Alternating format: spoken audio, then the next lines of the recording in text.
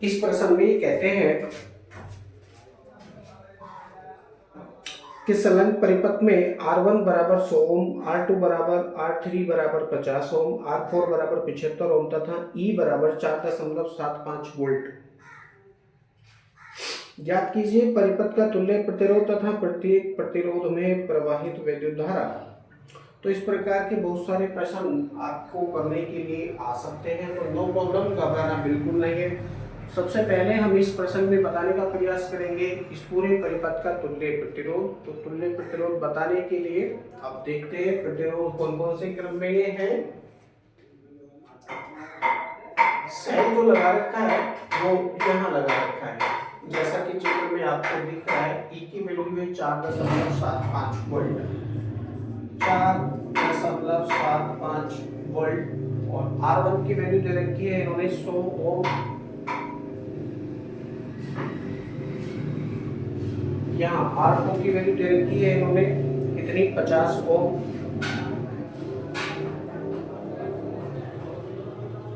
ये 50 ओम है। और कौन सी वैल्यू है R3, ये भी 50 ओम है, R3 बराबर 50 ओम। और R4 है हमारे पास 75 ओम, R4 75 ओम। अब जरा ध्यान देंगे R4 का पहला सिरा यहाँ पर है और दूसरा सिरा आगे यानी दूसरे तार पर है। ये कंफ्यूज कर रहा है हमको, इसको हम सही से लगा देंगे। मैं इसको कैसे लगा सकता हूँ जरा ध्यान देंगे। मैं इसको इस तरह से भी लगा सकता हूँ,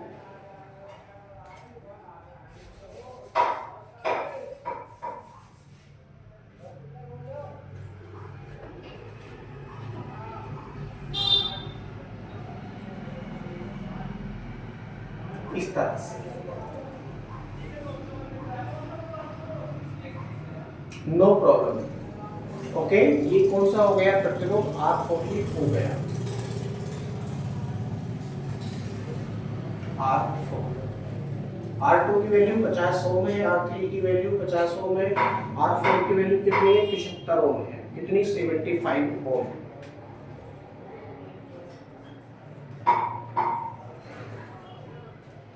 ओम। अब जरा देखिए R2, R3 व R4 कौन से क्रम में है।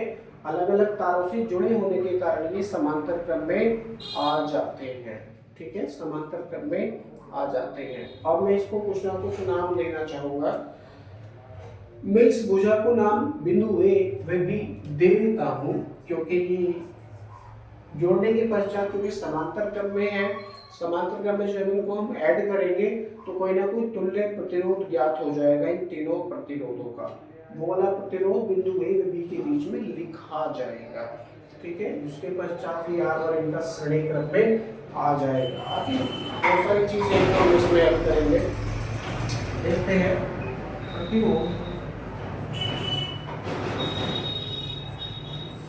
प्रतिरोध R2, R3 व R4 कौन से क्रम में है, समांतर क्रम में है।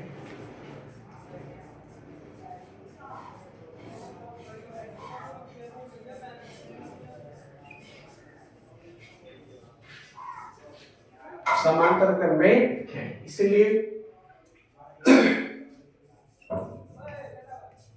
या अतः प्रतिरोध, क्योंकि सबसे पहले तो हमें तुल्य प्रतिरोध ही ज्ञात करना है पूरे परिपथ का।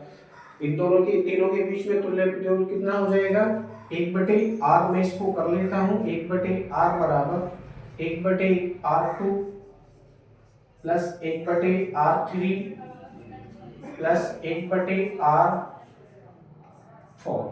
ठीक है, वैल्यू रखेंगे तो क्या प्राप्त होगा, 1/50 प्लस 1/50 प्लस 1/75, 1/75। ठीक है, दोनों की वैल्यू बराबर है 50 ओम 50 ओम, तीसरे की वैल्यू है 75 ओम। तीनों कैंसिल लेंगे तो कितना हो जाएगा, 75 दूनी 150, 150 एलसीएम आ जाएगा इसका।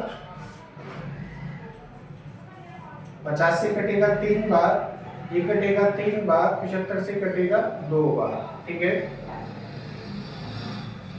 1/r बराबर कितना हो रहा है, 1/r बराबर 3 + 3 + 2 अपॉन 150।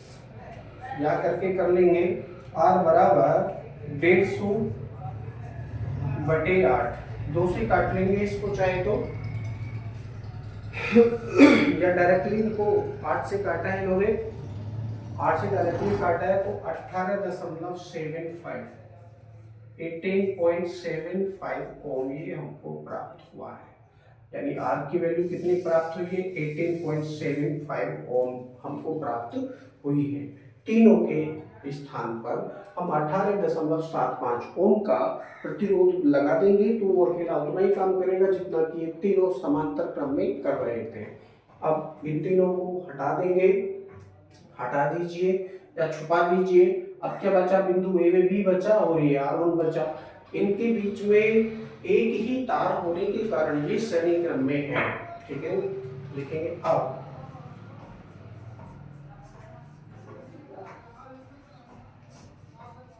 तुल्य प्रतिरोध, तुल्य प्रतिरोध कौन सा? R व प्रतिरोध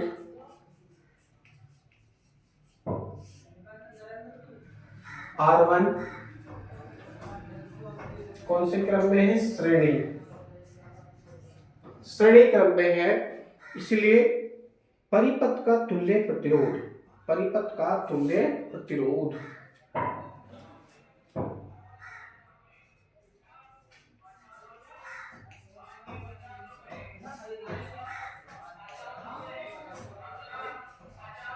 परिपथ का तुल्य प्रतिरोध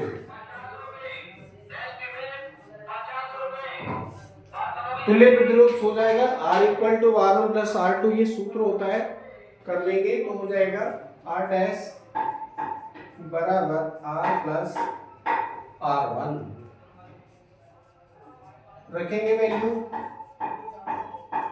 ये वैल्यू है 18.75 प्लस और R1 की वैल्यू हमारे पास में है 100। करेंगे तो कितना प्राप्त होगा?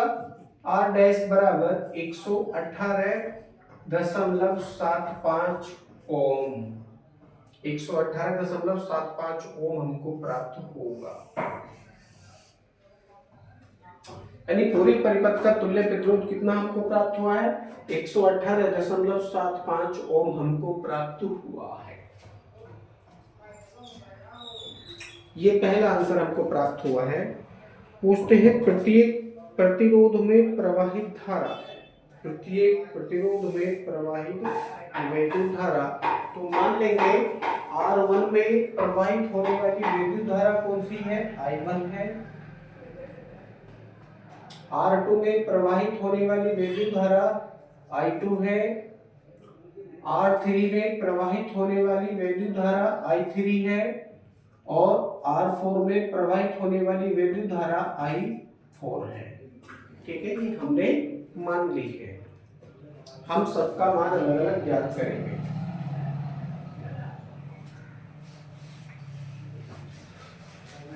अब इसका तुल्य प्रतिरोध तो हमने ज्ञात कर लिया।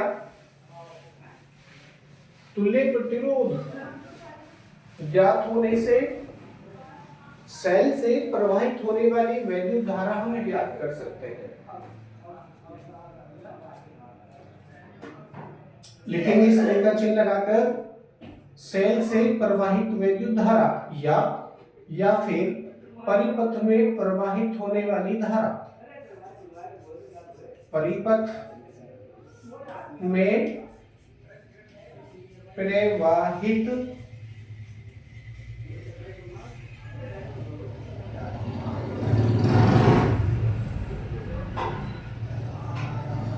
वैद्युत धारा, परिपथ में प्रवाहित होने वाली वैद्युत धारा। अब परिपथ में कौन सी धारा प्रवाहित होगी? I1 वैद्युत धारा प्रवाहित होगी। ठीक है, या फिर सेल से प्रवाहित होने वाली वैद्युत धारा कौन सी होगी? वो I1 ही होगी, I1 ही होगी। तो लिखेंगे I1 equal to V upon R और R के स्थान पर R डैश प्रयोग करेंगे। वैल्यू V की वैल्यू आपके पास में है 4.75 वोल्ट,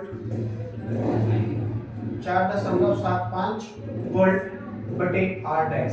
R डैश की वैल्यू हमारे पास में है कितनी? सॉरी, R डैश की वैल्यू 118.75।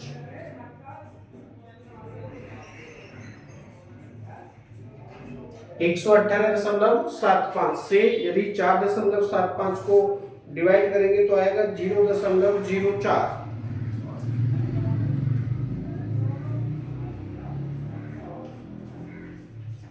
0.040 एम्पियर। ये आ जाती है सेल से प्रवाहित होने वाली वैद्युत धारा या फिर प्रतिरोध R1 में प्रवाहित होने वाली वैद्युत धारा I1 इक्वल टू 0.040 एम्पियर। अब यही धारा बिंदु ए पर आकर 3 भागों में बढ़ जाती है, I2, I3, I4, I2, I3, I4। ठीक है।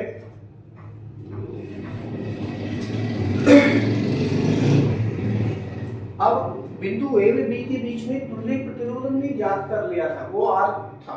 वो कितना था? R था। उसकी वैल्यू कितनी आई थी? 18.75। इन तीनों प्रतिरोधों का तुल्य प्रतिरोध निकल कर आया था 18.75। ये तुल्य प्रतिरोध और ये प्रतिरोध R1 श्रेणी क्रम में थे। तो श्रेणी क्रम में होने के कारण दोनों प्रतिरोधों में समान धारा है, तो उसके सिरों पर उत्पन्न होने वाला विभवांतर आप ज्ञात कर सकते हैं। तो लिखेंगे अतः, या चौकी का चिन्ह लगाओ, तुल्य प्रतिरोध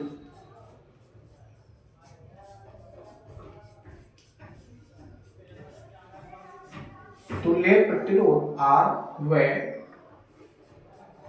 प्रतिरोध R1 कौन से क्रम में है? श्रेणी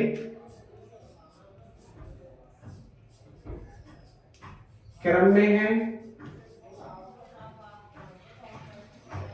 इसीलिए दोनों में समान धारा प्रवाहित होगी।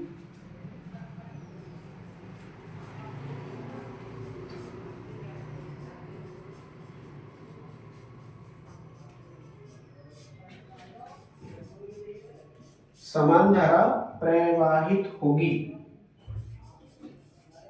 ये कारण लिख दिया। कारण लिखने के कारण नंबर बिल्कुल कटेगा ही नहीं।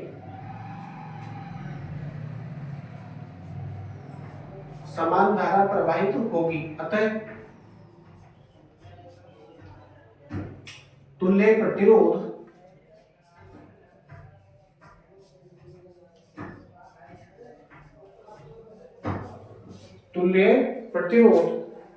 R के सिरों पर विभवांतर ज्ञात कर सकते हैं। सिरों पर विभवांतर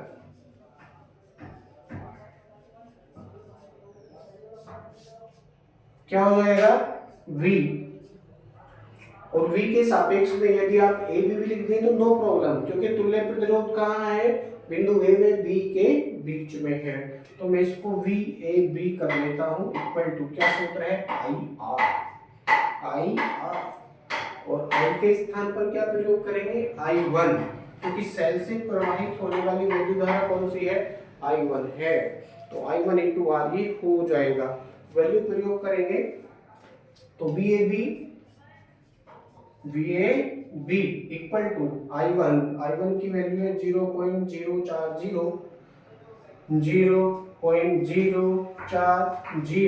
गुणा R की वैल्यू आपके पास में है 18.75। अब यदि सबका मल्टीप्लाई करेंगे तो क्या प्राप्त होगा? VAB इक्वल टू क्या प्राप्त होगा? 0.75 वोल्ट।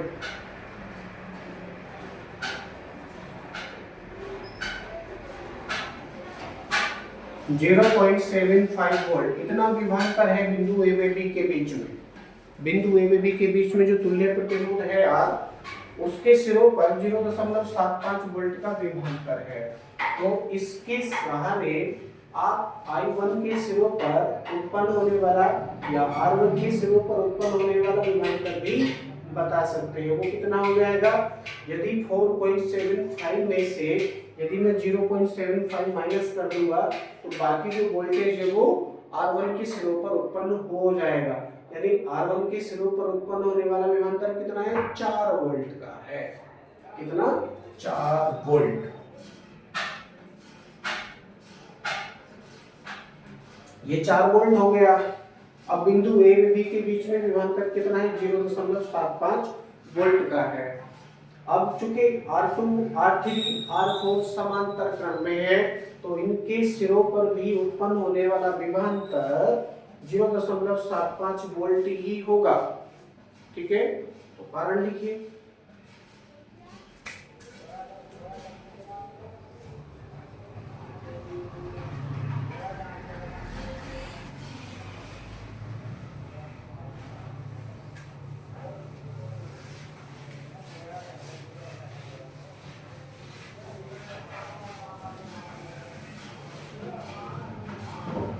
लिखेंगे चुंबकीय वचन लगा करके, प्रतिरोध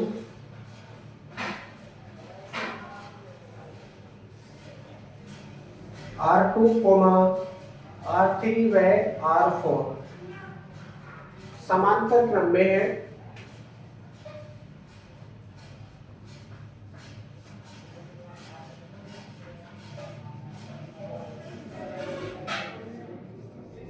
समांतर क्रम में है, इसीलिए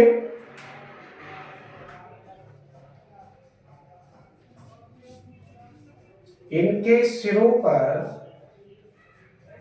समान विभवांतर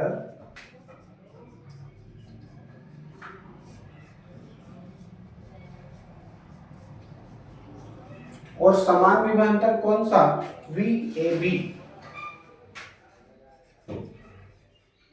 उत्पन्न होगा। समान विभवांतर होगा इनके सिरों पर। अब इसमें प्रवाहित होने वाली वैल्यू द्वारा अलग अलग आप ज्ञात कर सकते हैं। ठीक है, लिखेंगे अतः या इसीलिए प्रतिरोध R2 ले लीजिए, नो प्रॉब्लम। प्रतिरोध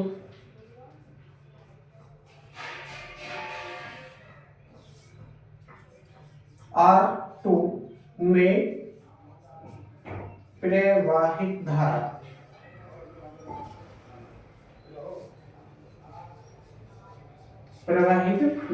क्या सूत्र है, I2 बराबर VAB बटे R2। इसका हम प्रयोग करेंगे। VAB की वैल्यू हमारे पास में 0.75 बटे और R2 की वैल्यू हमारे पास में है R3 50 ओम, दोनों बराबर है। करेंगे तो कितना प्राप्त होगा, I2 की वैल्यू कितनी प्राप्त हुई है, 0.015 एम्पियर। ध्यान से देखना, बोर्ड यहाँ खराब है, नो प्रॉब्लम। प्रतिरोध R2 में प्रवाहित धारा कितनी है, I2 equal to VAB upon R2 equal to 0.75 upon 50 या 50 इक्वल टू कितना है, 0.015 एम्पियर की वैल्यू धारा है केवल R2 में। ठीक है, अब मैं नीचे वाले को साफ कर देता हूं।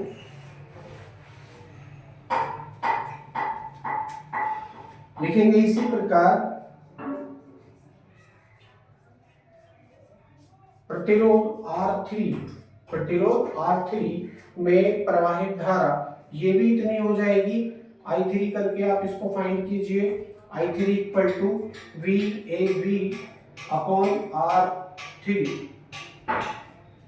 सेम है 0.75 अपॉन 50, ये भी इतनी ही प्राप्त होगी, यानी 0.015 एम्पियर। 0.015 एम्पियर ये वैल्यू धारा है R3 में। इसी प्रकार प्रतिरोध R4 में प्रवाहित धारा आप ज्ञात कीजिए, क्या सूत्र है, I4 equal to VAB upon R4। VAB upon R4 करेंगे तो क्या प्राप्त होगा, 0.75 बटे और ये कितना है, R4 की वैल्यू 75 है, R4 की वैल्यू 75, काटेंगे तो क्या प्राप्त होगा 0.010,